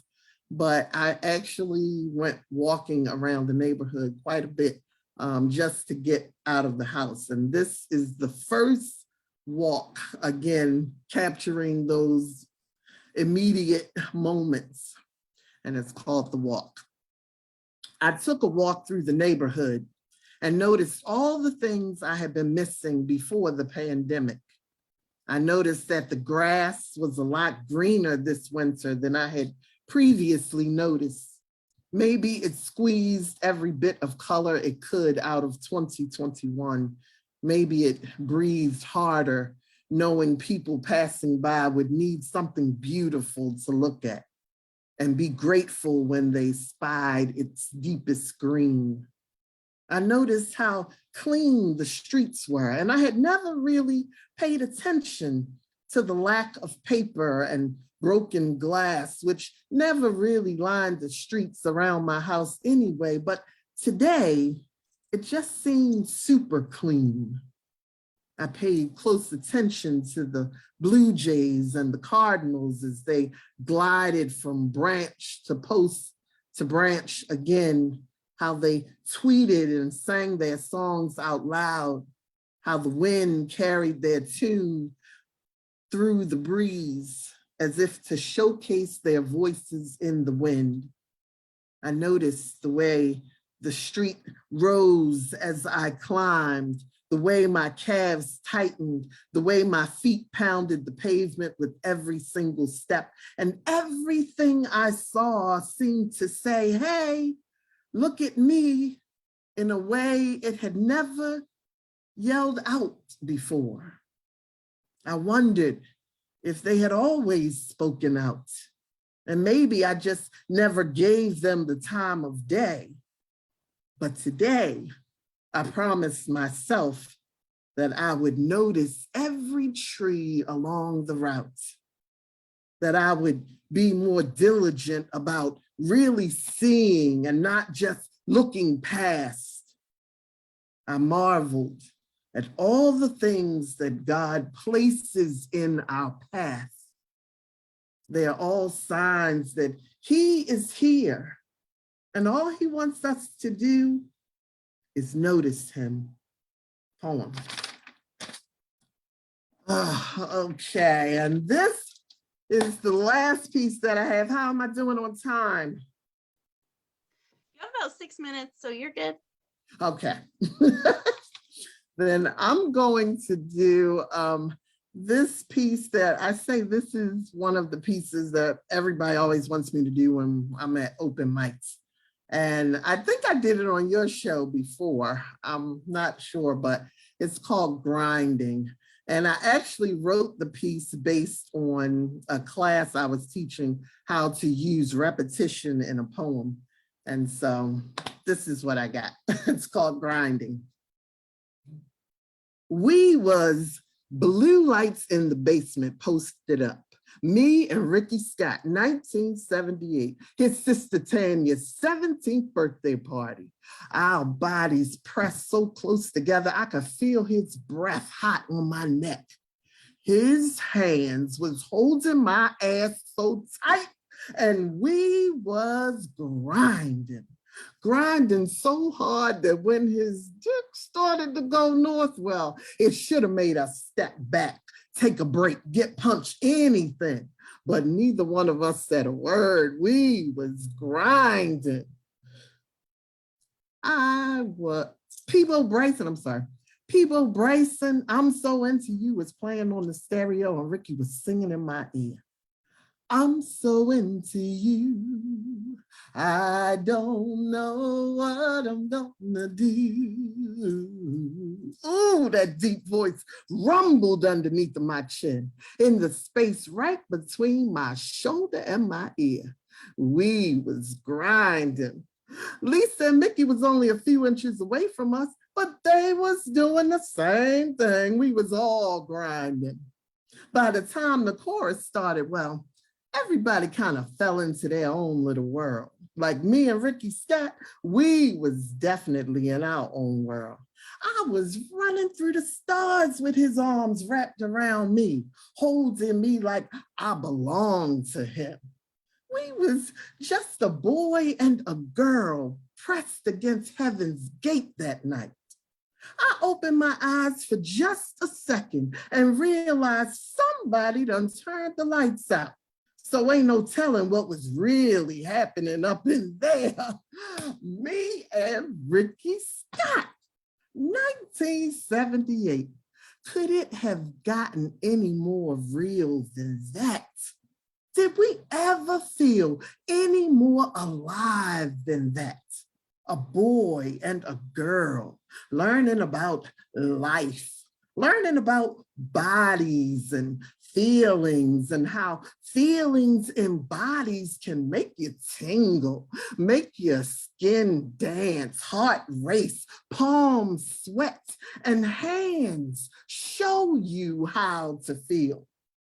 Fingers place themselves on flesh, go in exploration of, and you learn to lay open to it. Come to crave it like cold water on a day you've spent too long out in the sun, bodies egging each other on, longing, speaking a very physical language, inside open lips, backs of necks, bottoms of spines. There are words not yet spoken in the flesh, and we was open to it. 1978, me and Ricky Scott, we was flame and smoke that night. We was ready to set this world on fire, or at least we was gonna blow some shit up real big. We was the red light special. We was hips and eyes and lips and thighs. We said hello to life that night. We opened up our whole selves and we was ready to walk straight through that gate, like we had been waiting for this very moment, like we had been waiting for soul, mind, and body to come together, like we had been waiting for this revolution. What was in that moment between a boy and a girl was magic. It was heaven here on earth, and it was sweet. It was so sweet and satisfying AF. This was magic. Me and Ricky Scott, 1978, we was grinding. That's it. Yes, Carolyn. Thank you so much for having me. You know I love you, girl. Let's go, y'all. Unmute your mics. Give it up for Carolyn Robinson. Thank you, guys. Thank you so much. Yes. No, Loved it. I want to do a grinding poem. I'm sure you have a memory. I'm sure yes. you have a memory. Yeah, none is as nice as yours that I would want to remember. At least not from my childhood. But I have met a very nice person, and so I am very, very glad to announce that my pussy's under new management. So I'm so excited. I'm going to be in your DMs. Yes, Stacey's met him, so yeah, I'm very excited. Okay. Maybe I'll be coming out with some new stuff. Who knows? As always, y'all, please tip the features. If we had the hat going around, you would drop a couple bucks in there, you know, 2, 3, 4, 20, whatever you have. Just don't do nothing, please. There's 13 people in the room. If everyone just puts 2 or 3 or 4 bucks into the hat for Miss Carolyn, that would be a very nice pay for the feature this evening. Her Cash App is C, the letter C like cat, baby, the number 1, and then the number 8. So if you do not have Cash App, reach out to me, and you can PayPal me, marissa@redogreenbooks.com, but please do it as friend or family so that PayPal doesn't take the fee, and I will forward that on to the to our features this evening. Marissa, I wish to say something right now. Yes. And it's not about your pussy being under management. I think that's I'm embarrassed by that whole conversation. I know I shouldn't, that it's a normal thing that happens every day with people, but I think you're the only manager of your pussy. So I just want to say that. I'm tired of managing it. Well, you manage it, but you allow other people to enjoy it. That's what I'll say. I'm talking about my Car- and I want to say something to Carolyn. Carolyn, how come I have never crossed paths with you? And if you are Because you don't available, come on IG, that's why. well, I then have you no can- idea. you go to Facebook because Monday from 5:30 to 7:45 p.m. Eastern time. If you are available anytime during that time, you can drop in at the very end Okay. and read for me. You can come in the middle, read one poem, then leave and do whatever you want to do. As long as you don't bring any hate, I am happy. I am so in love with your poetry. And I think Oh, thank you are you. so incredibly amazing. You have such a great voice. I mean, wow. I mean, to get Naz, then Stacy Dyson, then you, all in one block. It's insane. Oh my God. And we're going to hear the great Shocky G later. Oh my Lord. Christy Scribbles, hopefully we'll read later. Oh, I hope both of them read. Happen. And we have Oh, Mona's don't forget, and yes, I do want to hear the Urban Cowboy Poet, but I'm Urban categorizing Cowboy these Poet. beautiful Black women and Christy together. So It's just wonderful. So Generalissimo does Cafe Generalissimo. But you know what, G? I do Instagram Thursdays and Fridays. I never I see know, you. but I find Instagram very hard to navigate. It's You just need yourself up. because I'm an old middle-aged fool. Well, I could teach you. I could teach you how to do it. I had to learn the hard Well, way. you'll have to fly me out to New Mexico to spend some time with you so I can learn person to person. I also post all the IG shows on the Word is Right's Facebook page. So everyone can see all the IG shows on the Facebook page. I'm really, trying to do my best to bridge IG and Facebook so that y'all can find each other. That's how I found Christy Scribbles, right? Shocky, I don't really know, has a big IG. She's more Facebook. Urban Cowboy Poet's more Facebook. So like bridging everyone is just monumentally important for these artists. Yeah. You just have to do it generally. I mean, if you want, you don't have to, but if you want to get out of your comfort zone, I would suggest going onto IG. And I would like to say one more thing is that I have Daryl Perry's book, and I don't know if you put how to buy his book in the chat, but it is a damn good book. He has such an incredible sense of humor, and just who he is as a person is just a damn cool person. So I think everyone needs to find that book and buy it. I was very excited when Daryl came through. Who are you talking about? Daryl Perry, who's in the room. Daryl Perry, the guy with the stick figure reading the book. Anyways, all right, let's keep going. So we have Urban Cowboy Poet, who is part of the Fierce 15, who is coming to New York City to read and do all that awesome stuff. All right, Stacy, we love you. Have a wonderful night. Thank you so much for coming through. And if you need anything, just call me, let me know. Tomorrow night, featuring with San Jose Poetry Slam. Y'all go. All right, Urban Cowboy Poets, incredible spoken word art is just awesome. We love him so much. And then after UCP, we have Shocky, Mona, and if Christy Scribbles wants to read, just let me know. Hi. I got a book, the First 15, Urban Cowboy Poetry. It's a fun book and funny book, but people on Zoom are not buying it. They said, I'll pick it up when you go to New York. Can't everybody be going to New York in September? So, Well, then you'll have a lot of sales afterwards, right? So if they don't pick it up in New York, right? Tell them it's gonna be twice as much if you don't get it in New York. I know. Well, but not everybody's gonna be in New York. Somebody's gonna have to actually buy my book. One Zoom poet pre-ordered and bought my book, Christopher George. And I've sold a lot to family and in locally and stuff, but Zoom poets, you're not going to New York? Come on, buy my book. PayPal I got, or you can message me and we'll do work something else out. I'll put that all in the chat. I will do one not from my book, a non-legend. I wrote a poem for theme that Finn Bell had, only I got it finished like a couple of months after she had that theme. And her theme was the best thing I never had. So my poem is the best thing I never had. I have to say that overall, my life's been pretty good. A loving family, fun adventures, and yummy home-cooked food. With physical and mental health and smarts, I know I've been blessed, but of all the things I've never had, which one is the best?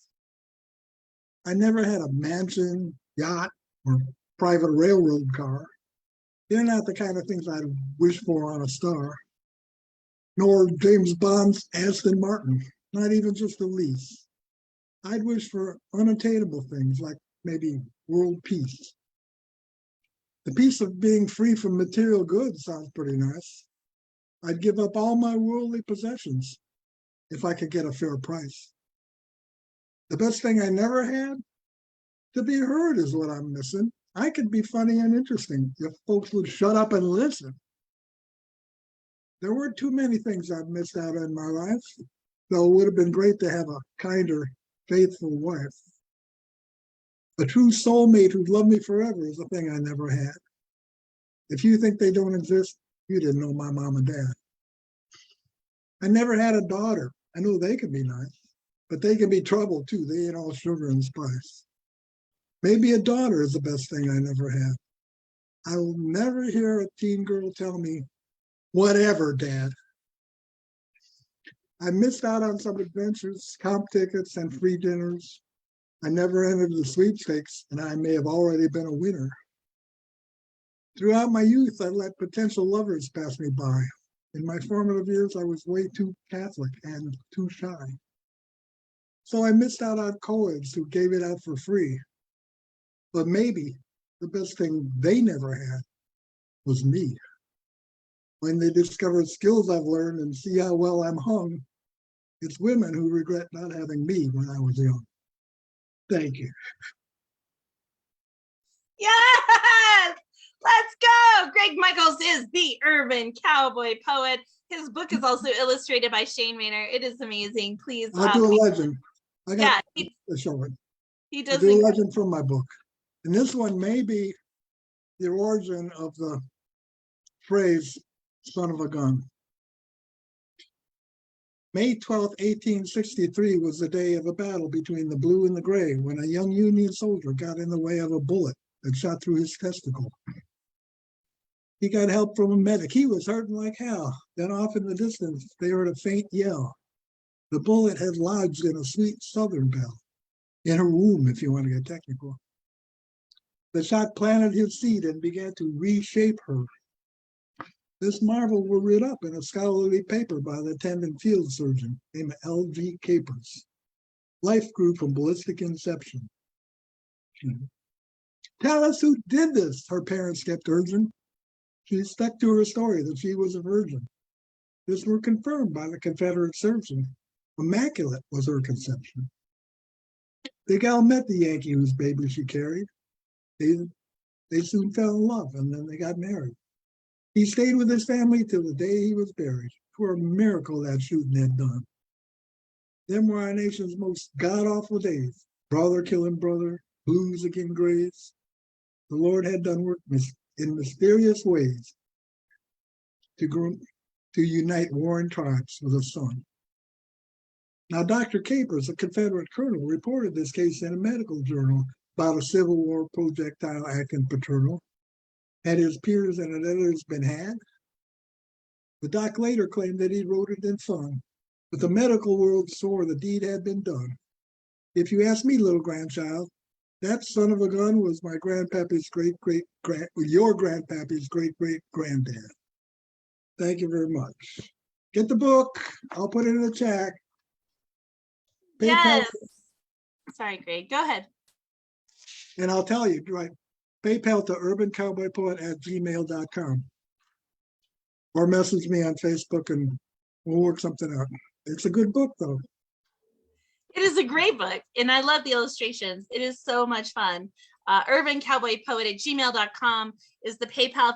If you do not have PayPal, reach out to us and we can help connect you with Greg Michaels and figure out how to get you a signed copy of his book.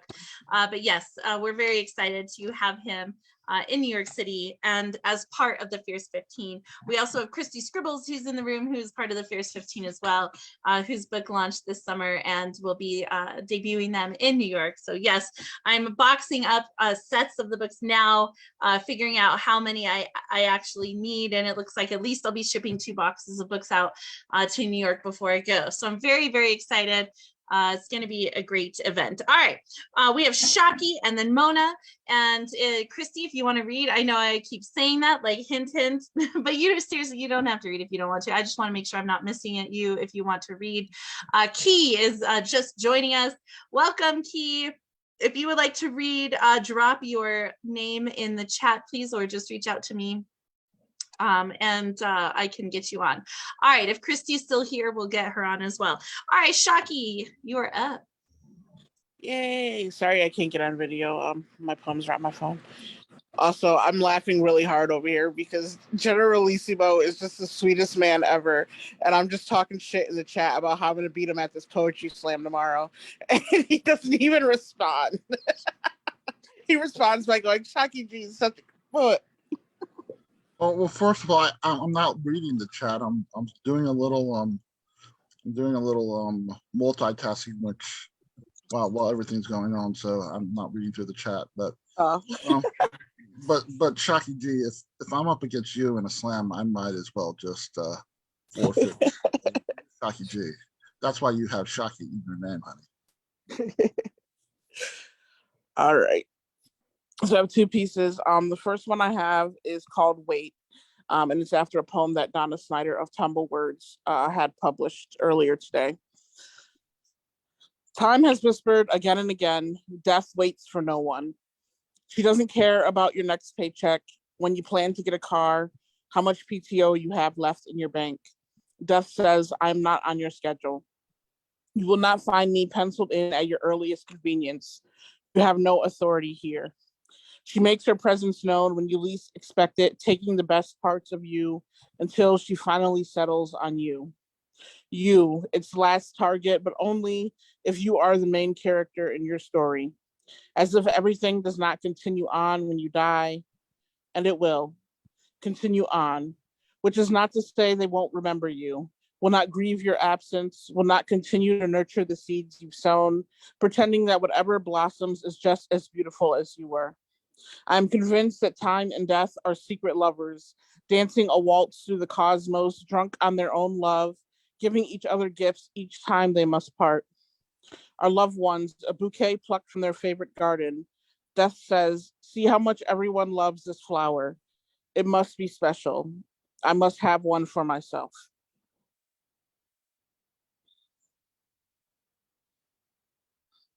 All right. And the second one is called Fashion. It matters not what you wear. Fashion is not a luxury afforded to everyone. When Trayvon was killed, they said hoodies are suspicious. Said anyone wearing dark skin is a thug. Said we should learn to dream like Martin. How he wore suits, how Malcolm wore a tie. Forget that they were both offered the same fate. Still labeled a problem. Forget the many who were stripped naked and still considered dangerous. Fashion does not exist when your body is a weapon in a country where being armed is a license to kill, where police say they are feared for their lives, where everyone is afraid of the dark but refuse to let others shine. It matters not what is hanging in your closet rack, but rather what lies in the hearts of those you encounter, strewn across their rack of ribs, fashioned to hate anything different than themselves. Hate that we wear our melanin proudly, show off our rainbows of history like this season's couture. Not up for sale, and definitely not up for debate. Let's go, Shockey. Oh my God, Shockey G! For those of you who are not familiar, she is in this incredible anthology we published this year, Out Loud. This is our literary art anthology for our LGBTQ community. It is just amazing. And we are bringing a show to The Word is Right that is a spinoff of this book. that'll eventually become a podcast. And Shaki I'm very excited she's going to be part of that. So official announcements will be down the road, but yes, y'all keep your eyes on the calendar for some amazing things coming up. All right, next up we have Mona. I am so sorry, Mona, that I missed you earlier. I'm really glad that you stayed. Thank you so much. And then after Mona, we have Christy, if Christy is still here. Well, I'm not a poet, but it's interesting, Shaki, the first poem that you just did, really kind of somewhat not similar to mine, but kind of fall in that bracket. But this is freestyle as I'm sitting here and looking out my window and thinking about my son and my ex-husband. So this is for both of them. As I wake up and get out of bed, visions of clouds lay in my head. I wonder what's up there above this land we occupy. Me and my dad have always been quiet and shy. Above the clouds and below the soil, they say the next life exists. Do you wonder when you are going? Let God make that decision. You can't take your beautiful life like a harvest off the shelf. They both committed suicide. So I just sat there and wrote this off the top of my head to not question why, because they both never smiled. They both walked around sad. But I don't question why. I just leave it to God. One shot itself, the other one OD'd on drugs. I'm sorry to hear that. Yeah. Very painful. But everybody I heard tonight, it was a reason for me coming on and going across Facebook. And I am a Walbrook warrior as well. And Robin, I saw Carolyn Robinson. I thought it was my cousin because her name is Carolyn Robinson as well. But she got married, but it didn't have the last name until I saw her picture. And she said that it was, I saw the Zoom link and I decided to go on and hear some poetry rather.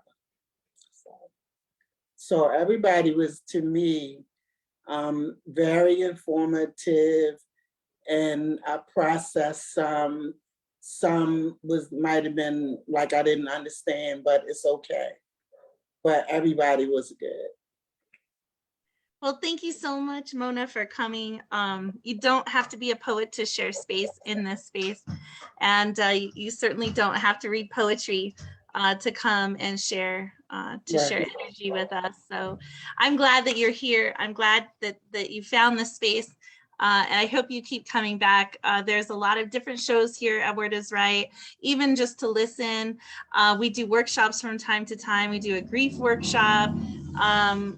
And I'm so sorry for your losses. And I hope, if anything, perhaps you can find some validation in this community and people who can help push you up, or at least recharge your battery, not drain you. Right. So please definitely keep coming back if you would like. And we'd love to just share space with you some more. Thank you. All right, welcome, Key. Welcome. If you would like to read, we're winding down to the end of the list. I can get you on the list if you want. Christy Scribbles, you are still in the room, which means you're reading. Just let me know, and I can get you on the list, Key, and or anyone else who wants to read. You're welcome to do so. All right, Christy.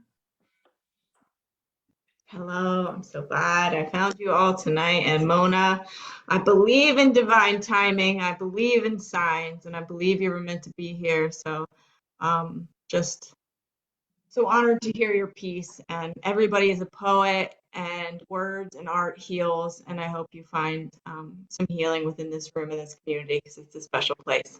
I did. Thank you. Usually I'd be crying. So yeah, I did.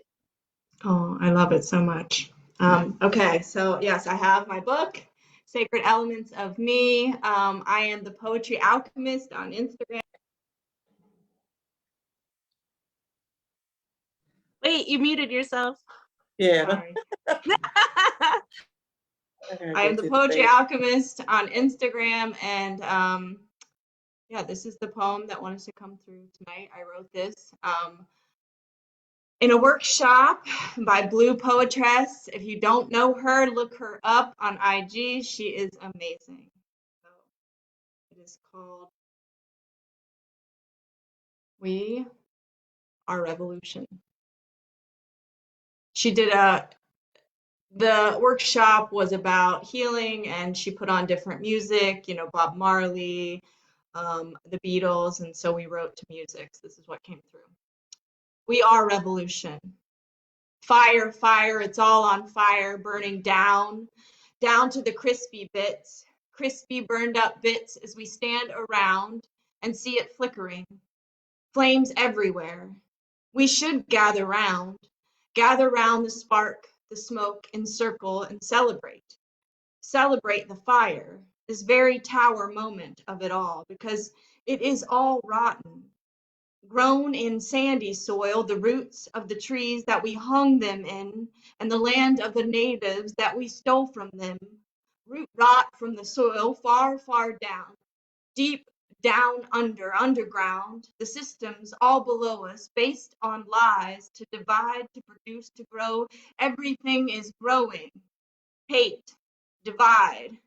The forest fire is out, the forest is out of control. And what do you do when it is out of control? Well, you burn it, and it burns, and it flames, and it gets a new chance, a new life. As all the crispy bits filter back into the earth, so new buds can birth and push and grow. We must grow and push to grow, but first it must burn. Burn it first. I can feel it. I can smell it. The smoke burns my eyes. So the fire is here. The flames around us now.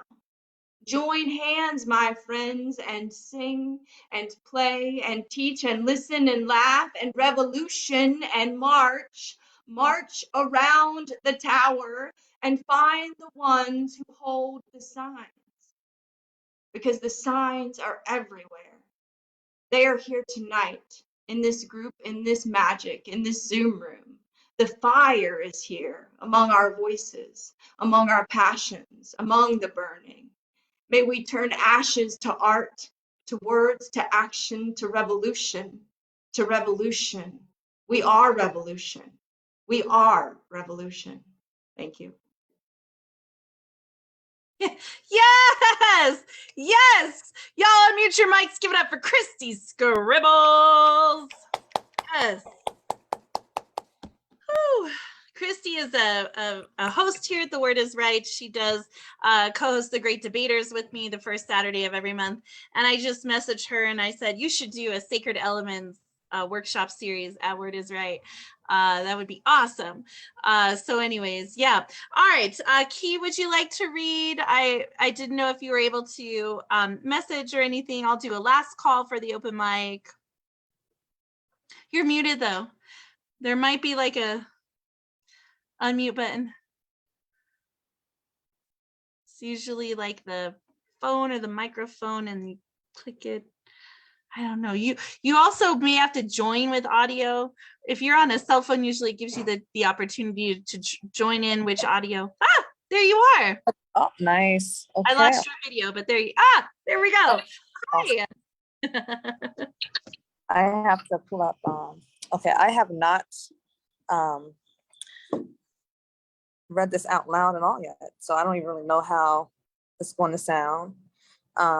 Again, hi everybody. I want to give a shout out to Miss Mona for inviting me.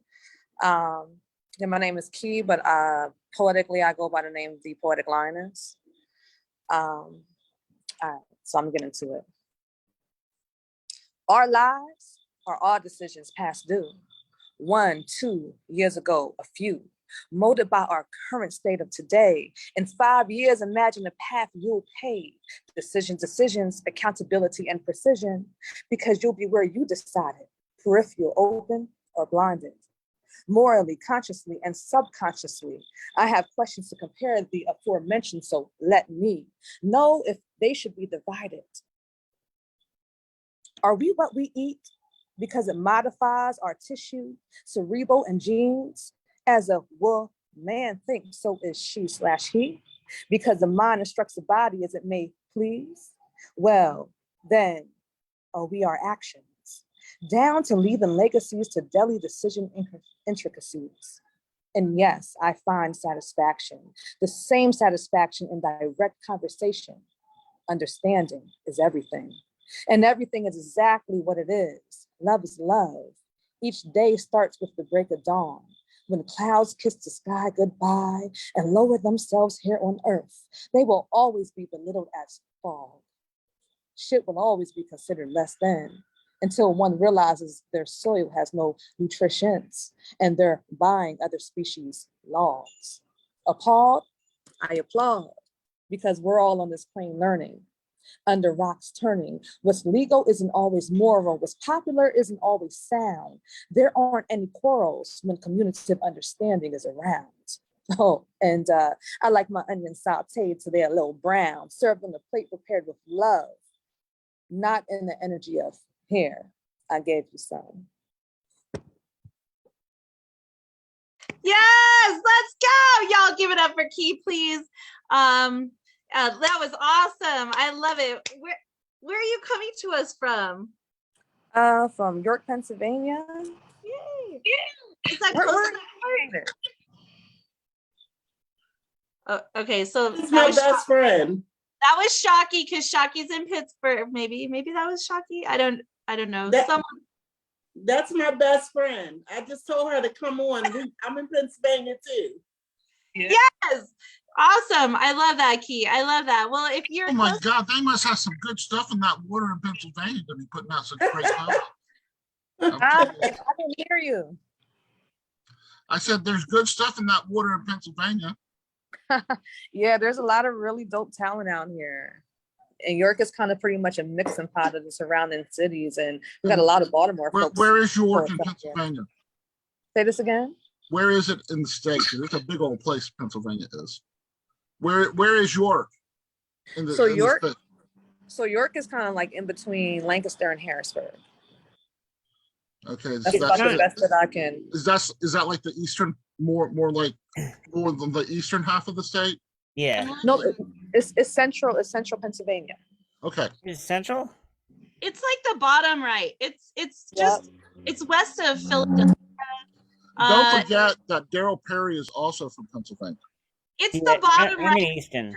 It's the bottom right quadrant of the state, but it's not that far. I mean, you could probably take a train in New York and be there. Not too bad.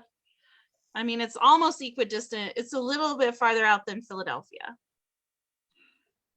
And it's like, depending on if you got a lead foot or not, it's like 45 minutes to an hour to get to Baltimore.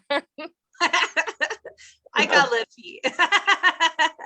I don't know, traffic sometimes it won't matter, you know. Yeah. I've actually driven to Baltimore and I've gone through York, so. Ah, nice. How you doing, sir? All right. Yeah, so I'm up on I'm up in Easton, which is like right on the New Jersey border. Ah, gotcha. So, like near Allentown. Well, Pennsylvania. Nice to meet you. Carolyn Robinson, our feature, she's from Baltimore. Chance on Bird, who's one of our regular Word is Right hosts, he's in Baltimore as well. Shocky is in Pittsburgh. So, and we have Nick P. Nick's in Jersey. So, Urban Cowboy Poets in Ohio. Yeah, there's a lot of people out there.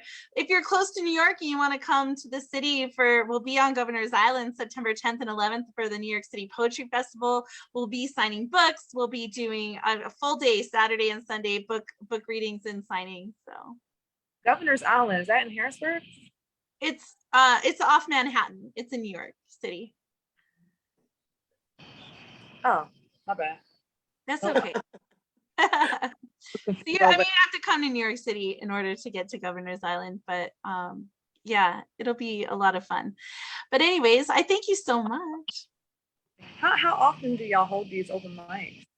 So The Word is Right has shows every day of the week, just about. This is my show that I host. I'm Marissa Prada. I'm one of the founders of Word is Right, and I'm I guess the director of Word is Right. I produce the shows that are here. So my show is Saturday nights.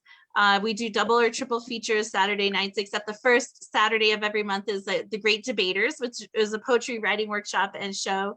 It's a lot of fun. You get to do team writing and debate a topic that we give you. It's a lot of fun. Wow. We have shows every day. If you go to The Word is Right's Facebook or IG page, The Word is Right, WRITE. And here comes Terry Rose Jerson's coming in. Love that. It'll have the schedule up there of all the things that we do every day of the week. We have a couple of new shows that we're going to be rolling out in the fall. And I also am a publisher. I publish authors, I publish books. So if you want to go check that out, you can go to redorgreenbooks.com. Red is READ. So many of the authors that you hear from on this platform are part of Red or Green Books. We're publishing our 42nd book this year. It is very exciting and not too bad for being only going for 2 years. But yeah, we're launching it in New York this fall, the Fierce 15 of debut authors. So, and we have lots of anthologies. I like to do erotica. I do an erotic open mic the second and fourth Monday of the month, except this month we have 3 erotic shows. So yeah, if you like to dabble in that, there's something for everyone really here. So. I like the erotica writing. Yes. I used to tell everybody lay down the towel because it's about to get wet. Yes, I did. Our flagship is Touching Tongues. It's the women's erotic anthology that we did, and that's what these earrings are. It's the cover of Touching Tongues. Oh, that's cute. Yeah, I love it. So, yeah, we like to kind of break the mold and do things a little different here. Terry Rose Jertson's in the building. Terry Rose, we're closing the show down. Did you want to read before I toast everyone a good night? Is there a theme? Hi. No, there's no theme. Terry Rose Jertson is one of the Fierce 15 who will be in New York City. So we had Christy, Urban Cowboy Poet. Now Terry Rose is one of the other poets from the Fierce 15. There's no theme, my dear. Whatever. Well, actually, there are 2 themes: the trials and tribulations of Terry Rose Jertson, or Violet the dog. You forgot about the fisting, but we won't go there. Only if people are paying attention to G's poem earlier.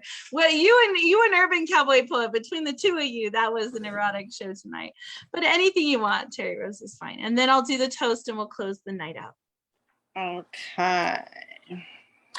I'm looking for this one poem that I recently wrote. Here we go.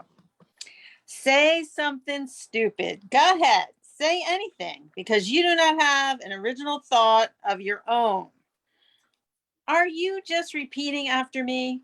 Are you just repeating after me? Are you just repeating after me? You're repeating everything I say. You're repeating my thoughts, my views back to me. Make me think you're listening. Keep nodding your head as I'm speaking. Make me think that you're following along in the conversation. Did you lose the psalm in your song? No, because you never had your own song. That's it. Oh my God, Terry Rose Jertson. That is her book that you see in the background. That is Chameleon Chronicles, Words Never Spoken, artwork by Shane Maynard. It's a gorgeous. I like that. Yeah. Wow. Terry Rose is in Jersey, right? I mean, so many people up there near in your neck of the woods anyway. Urban Cowboys Poets book, Terry Rose Jertson's book. Generalissimo will be in New York with us doing a book signing. He has signed up to read all that awesome stuff. So I thank all of you for coming through. Thank you. Big shout out to Nazelah Jamison and Carolyn Robinson, our features this evening, for coming and being part of this. If you want to read their bios, get their links, their handles, all of that is on the Facebook event page. We're going to be taking this live and uploading it to YouTube. So if you go to YouTube, check out The Word Is Right, WRITE. You can catch all of our shows, different things that we've done over the years. Well, over the years, I say this like we've been doing this a while. It feels like forever. But this is our we're rolling into soon to be our 3rd year. Okay, hooty hoo. And yeah, so we'll be having our anniversary show soon. So coming up between now and the end of the year, we have a Halloween show. We have a 9/11 show. Well, actually, we won't be doing a 9/11 show this year because we'll be in New York City for 9/11. We have our anniversary show, and then we have the feature of the features, where we invite all the features back at the end of the year for one epic show that is a ticketed event, and that is how we raise money for our Zoom every year, because all the events throughout the year we don't charge for unless they're a special, a fundraiser event or a special ticketed event. August 31st. Jane Spoken Word she has agreed to do a workshop that is a sliding scale of donation to help us raise money for the gun violence anthology. We're publishing an anthology called American Graveyard. That is the title of it. It is calls to end gun violence. We're doing this through Red or Green Books. We have a sponsor senator program. If you would like to anonymously send a U.S. state senator a copy of American Graveyard, we'll do that on your behalf. And the book is $10 cheaper to just have us do that. Our goal is to send every U.S. state senator a copy of American Graveyard. That we had over 100 submissions for that anthology, so we're going to launch it over the course of 2 volumes, and we separated the artwork from it and are going to be launching a full cover art book of the artwork. So please, if you can come to the workshop August 31st, it is, I believe, 7 p.m. Eastern.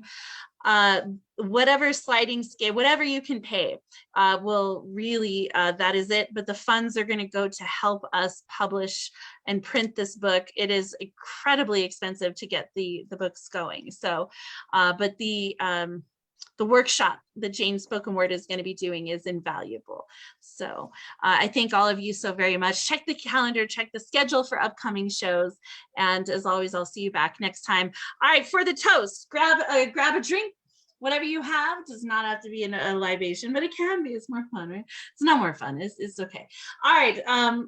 Please come back. Those who are new, I thank you so much. Please come back to The Word Is Right. All right.